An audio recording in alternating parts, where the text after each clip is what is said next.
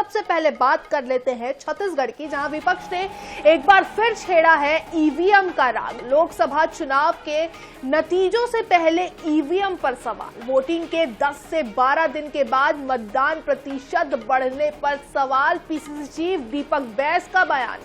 तो निर्वाचन आयोग को शंका का समाधान करना चाहिए, ऐसा पीसीसी चीफ ने कहा है, और ये हर राजनीतिक पार्टी के लिए चिंता का विषय है। ईवीएम जमा होने के 24 घंटे में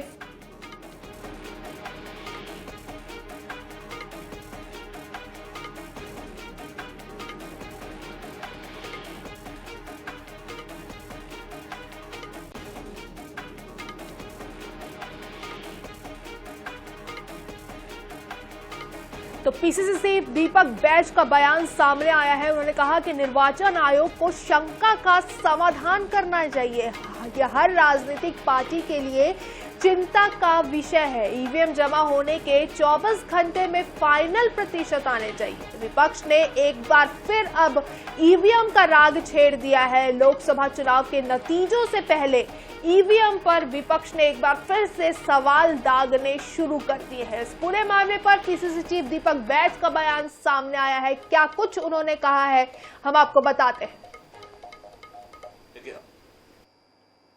ईवीएम पे सवाल विधानसभा चुनाव में भी आई। ये हम नहीं,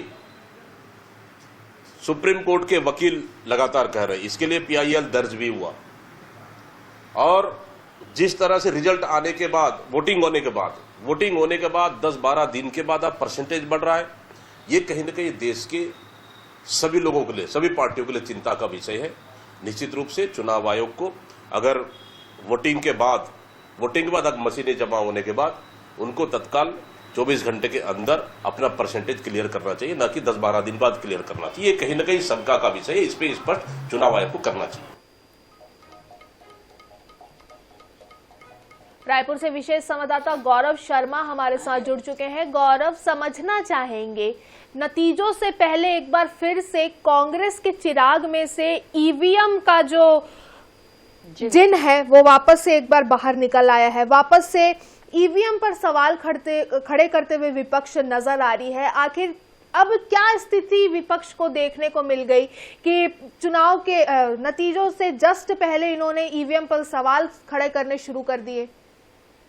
पीसीसी चीफ दीपक बैस का बयान है, और पीसीसी चीफ दीपक बैस ने कांग्रेस के अन्य नेता भी ईवीएम पर लगातार सवाल उठाते हैं। इसकी वजह यह है कि फॉर्म 17 को सार्वजनिक करने की मांग है कांग्रेस देश भर में कर रही है। इस पर सफलता नहीं मिल पाई है। इस पर निर्वाचन आयोग के साथ साथ सुप्रीम कोर्ट ने भी कहा है कि हस्तक्षेप नहीं करना चाहेंगे निर्वाचन की प्रक्रिया पर। ऐसे में कहीं ना कहीं पारदर्शिता के लिए फॉर्म 17 को जो उसके डाटा अपलोड किए जाते हैं उसको सार्वजनिक करने की मांग होगी। साथ ही साथ उसमें इस बात की जानकारी भी होती कि किस पोलिंग बूथ में कौन सा ईवीएम रखा गया था, कौन सा बैलेट यूनिट था, कौन सा कंट्रोल यूनिट था, तो इसकी जानकारी भी फॉर्म 17 के माध्यम से सामने आती है।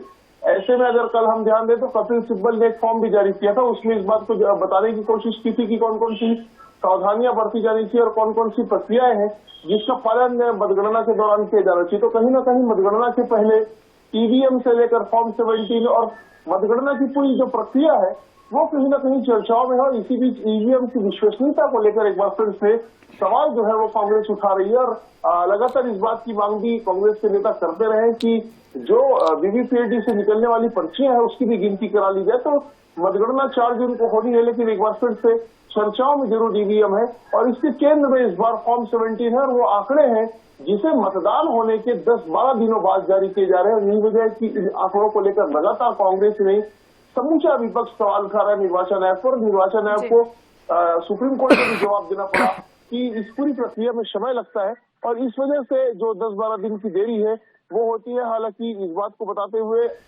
विपक्ष भी नजर आ रहा है कि पहले भी जब मतपत्रों से मतदान कराए जाते थे तब भी 24 घंटे के भीतर ही आंकड़े आ जाते थे। ऐसे में अब जब ईवीएम से वोटिंग हो रहे तो क्यों नहीं आ पा रहे? तो कहीं ना कहीं पूरी जो प्रक्रिया है, खासतौर पर वोटिंग परसेंटेज को लेकर, खासतौर पर फॉर्म 17 को लेकर, इसकी जो चर्चाएं हैं वो लगातार जारी, और इसी बीच ईवीएम की विश्वसनीयता भी सवालों के घेरे में है।